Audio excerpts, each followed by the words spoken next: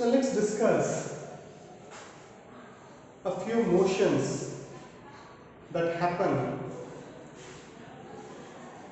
in a magnetic field when a charged particle enters it. So there are quite a few possibilities over here depending on the kind of direction and velocity with which a particle enters a magnetic field. Because we've already seen that the force experienced by a charged particle is the vector product of Q, velocity and the strength of the magnetic field. So let's start off by taking a very simple case. So before we get on to discussions of this, let's spend a couple of minutes on making sure that we are aware of Fleming's left-hand rule that you had studied in class 10th. So I'll just recall the aspects of Fleming's left-hand rule, because this rule is quite handy in understanding the dynamics between a magnetic field and a charged particle moving with a velocity v through it. So Fleming's left-hand rule is given by the three outstretched fingers of your left hand. So when you outstretch the first three fingers of your left hand, the thumb, the index finger and the middle finger, such that each one is mutually perpendicular to the other two. So the middle finger is perpendicular to the index finger, because you see a 90 degree over here, and it's also perpendicular to the thumb because you see a 90 degree over here too. Same way, index finger is perpendicular to the thumb as well as to the middle finger, and the same holds true for the index finger too. Now when you outstretch your first three fingers of the left hand and we assume that the middle finger indicates the direction in which the charge is moving with a particular velocity. So this indicates the movement of the charge, or you can, in other words, in some cases you also denote it as the direction of the current. The index finger indicates the direction of the magnetic field. So this represents the direction of the magnetic field, and if these two are then assumed thus, then the thumb will give you the force that's being experienced by this charge that's traveling in the magnetic field. So if I were to represent the three by my x-axis, y-axis and z-axis. So if x-axis is my flow of charge or current or charge, direction of that, and this represents the direction of the magnetic field, then z-axis, the thumb which is coming out of the board, will give me the force, the direction of the force being felt by the charged particle. So you will need to remember this to help you understand the dynamics between a charged particle and to understand its motion under the influence of a magnetic field. So to carry forward our discussions on motion experienced in a magnetic field, let's take a simplistic case wherein I assume a magnetic field that is going into the board. So remember the convention, whenever I put a plus or a cross mark. Some cases you see a plus, in some cases you see a cross mark. Either of the representations is fine. What it indicates to you is that there is a magnetic field that is going into the board. So this is my first assumption. There's electric field that's going from here to here. It's going into the board. Now, let's say there is a simple charged particle that is moving with a certain velocity v.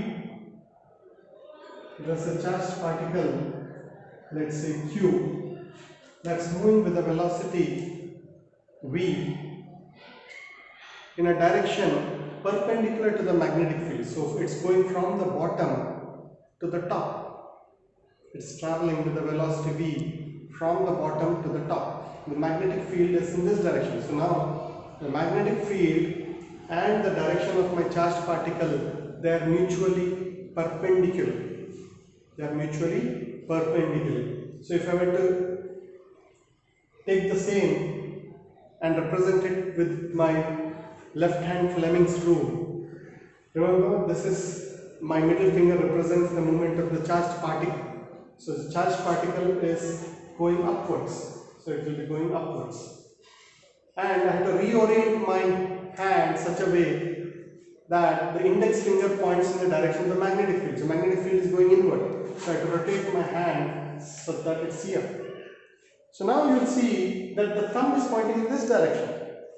This is the motion of the charged particle traveling with velocity v. This is the direction of the magnetic field. Then the thumb will give me the direction of the force being experienced by the charge. So it is from my right to my left, or it's from my, if I stand this way, it's from my left to my right. So it's in this direction. So this is the direction of the force being experienced by the particle. So F, the force being experienced, is given by Q V B. Now if this is the force being experienced by this particle, what should happen to this particle? This particle, as it's moving up, it will also move inward. It will also move inward.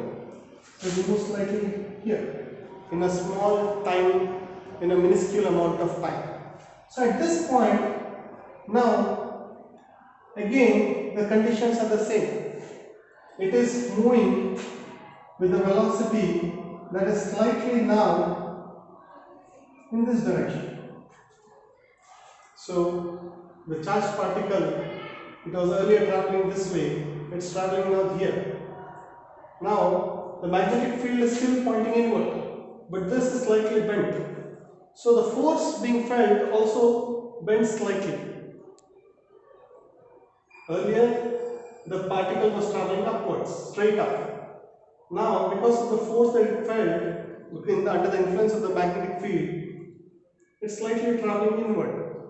Now at this point, at the very next point, which is infinitesimally the very next point corresponding to the first point we considered, it again the velocity is slightly in this direction, magnetic field is into the board, so the force that's being felt, earlier it was straight from left to right, now it's slightly from the top to the bottom, but again from the left to the right. So now the force being felt is in this direction. So at the next point, what do you think will happen? It will slightly move inward again. At this point the force will be this way. So at this point the force will be here. At this point the force will be in this direction. At this point the force will be in this direction. At this point the force will be in this direction. At this point the force will be in this direction. So what is the kind of motion being shown by this particle that is moving with the velocity v, which is perpendicular to the magnetic field? So as you can see, the motion that it exhibits is a perfect circle, and that perfect circle is perpendicular to the direction of the magnetic field. the plane of that circle is perpendicular to the direction of the magnetic field. Now you might have a question. Does this force that it's experiencing, why is it not changing the velocity v of the particle?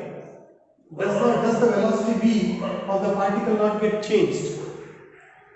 For this, you need to recall that work done is given by force into displacement multiplied by the cos of the angle between force and displacement.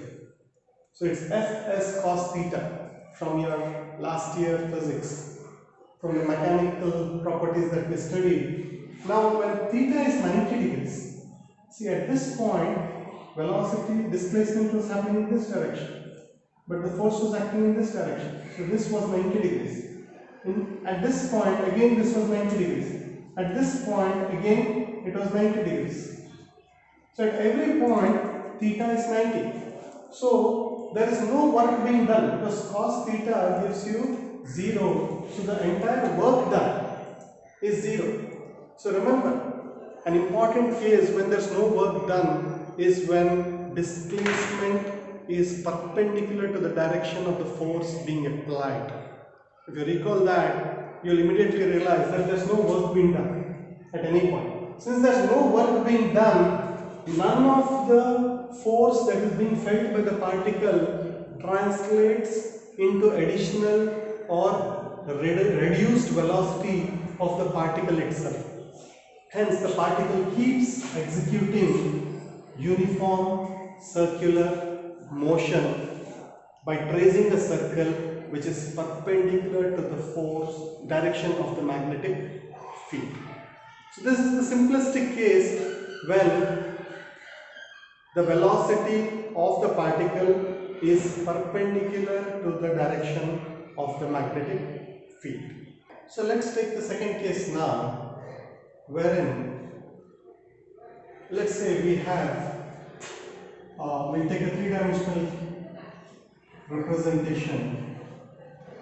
Let's say this is one of the axes and this is my x-axis along which I have this magnetic field acting, and this is my z-axis.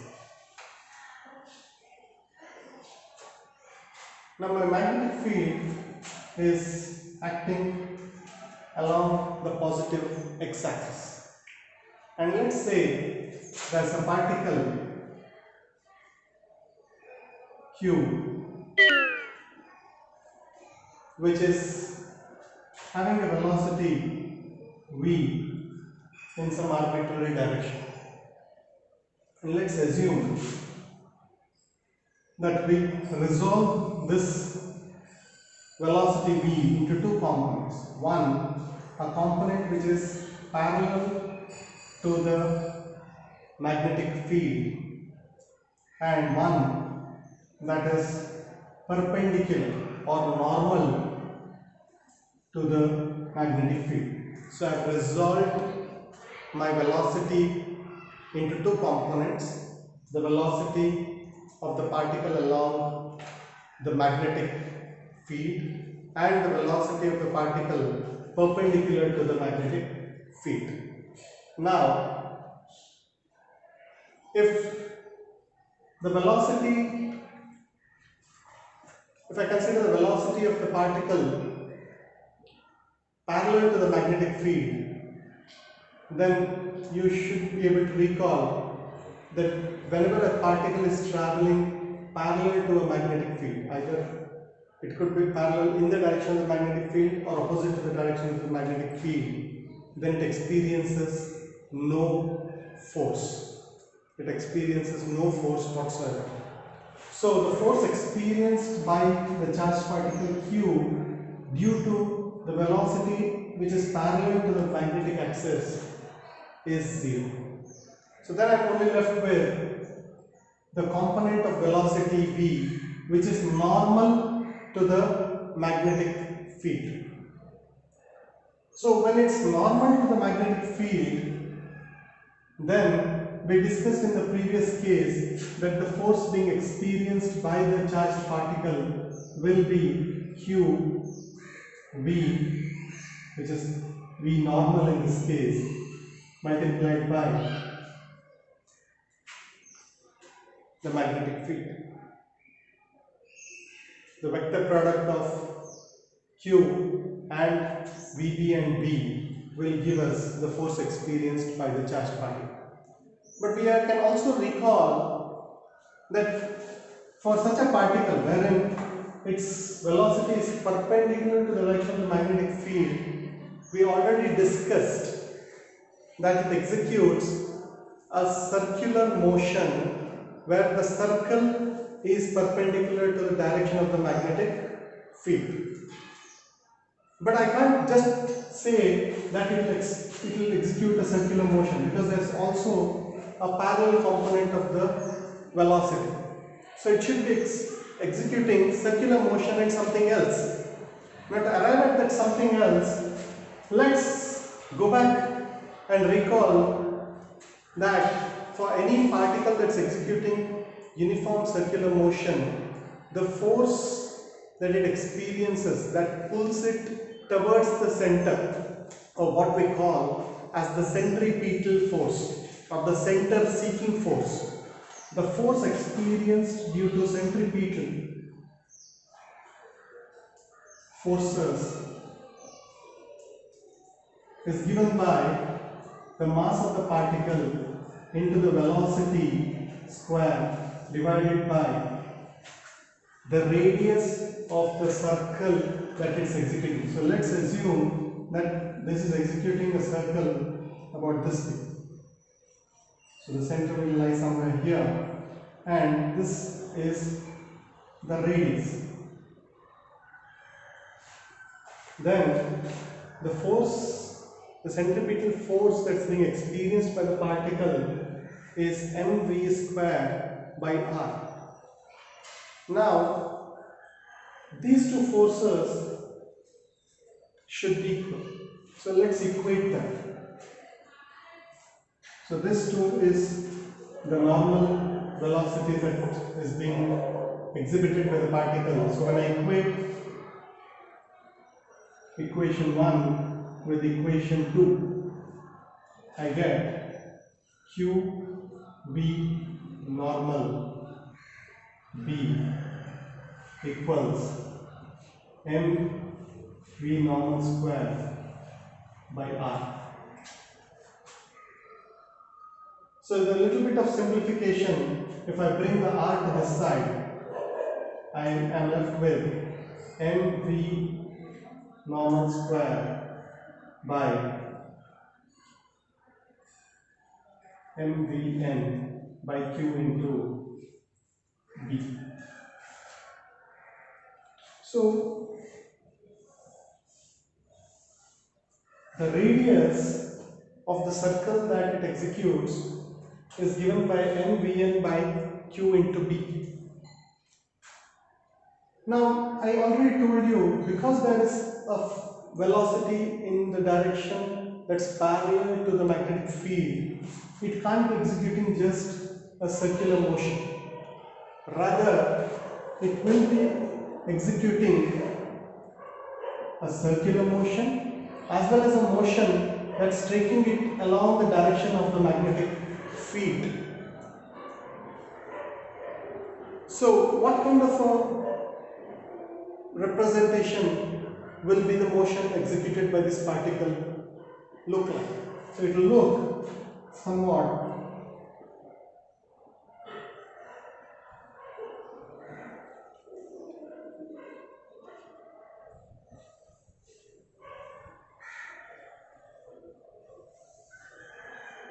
like this.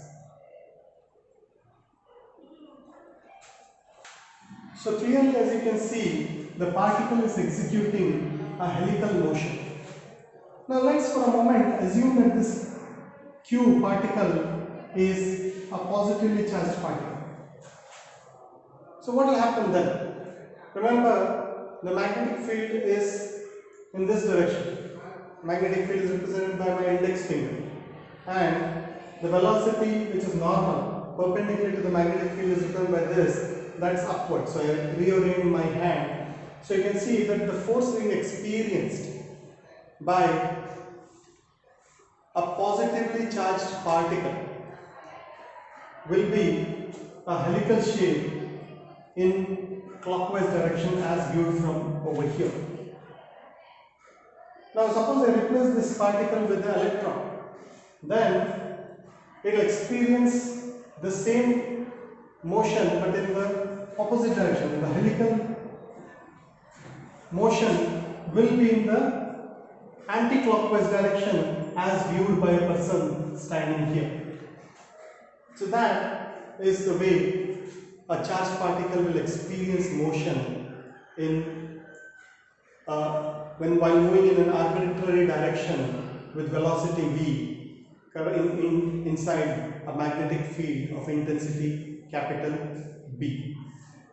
Now for a moment, if I rewrite this equation as Vn by R equals QB by M. So I have just rearranged the terms.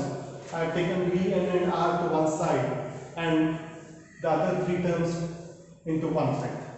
You might remember that V by R is 2 pi into frequency. So typically frequency is not represented by F but by the Greek symbol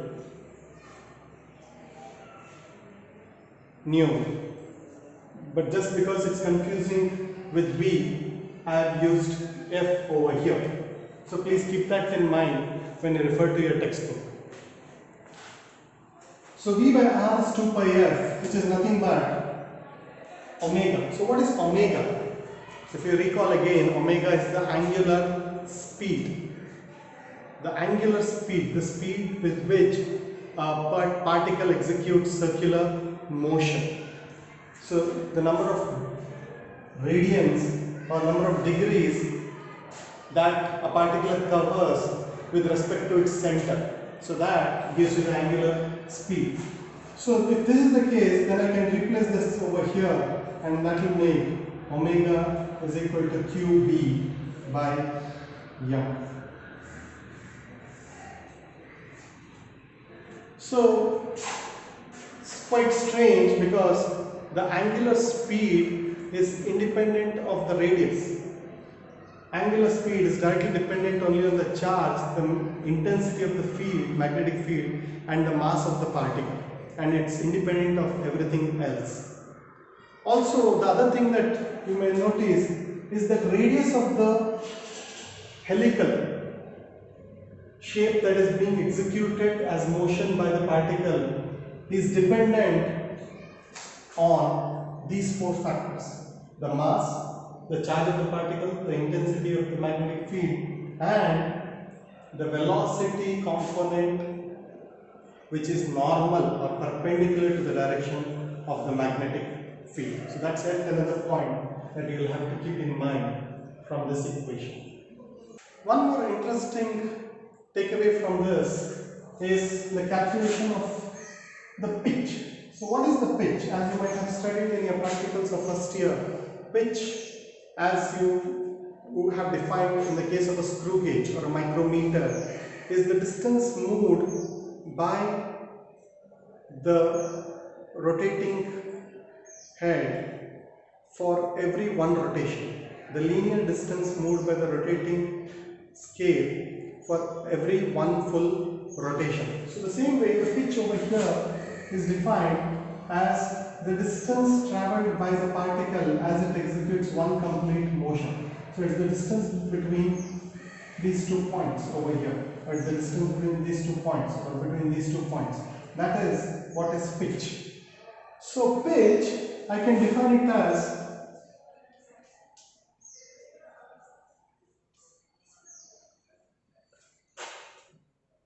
velocity.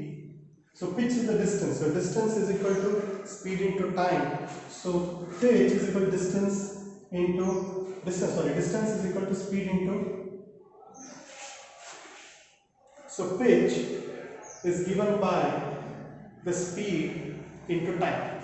So what is the speed over here? The speed, I will take only the normal component, which is Vn, into the time period, the time. So time taken for one rotation is given by the time period. So capital T is time period, or the period taken to complete one full rotation. So now T is nothing but the reciprocal of frequency. So it's Vn by frequency. But we also already previously we derived that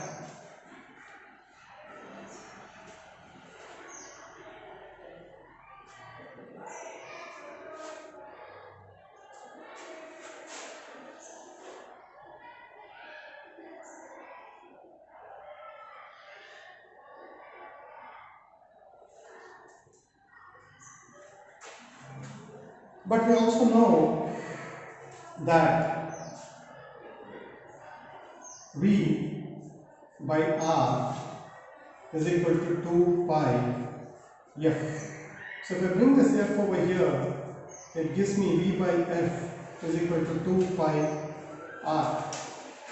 And R, I know, is given by my equation mVn by qB. So I take that and put it over here, and that gives me Vn by F, which is equal to my pitch is given by 2 pi. R is replaced with mVn by qB. So this gives the relationship for calculating the pitch, or the distance moved by the charged particle when it completes one full rotation under the influence of the magnetic field.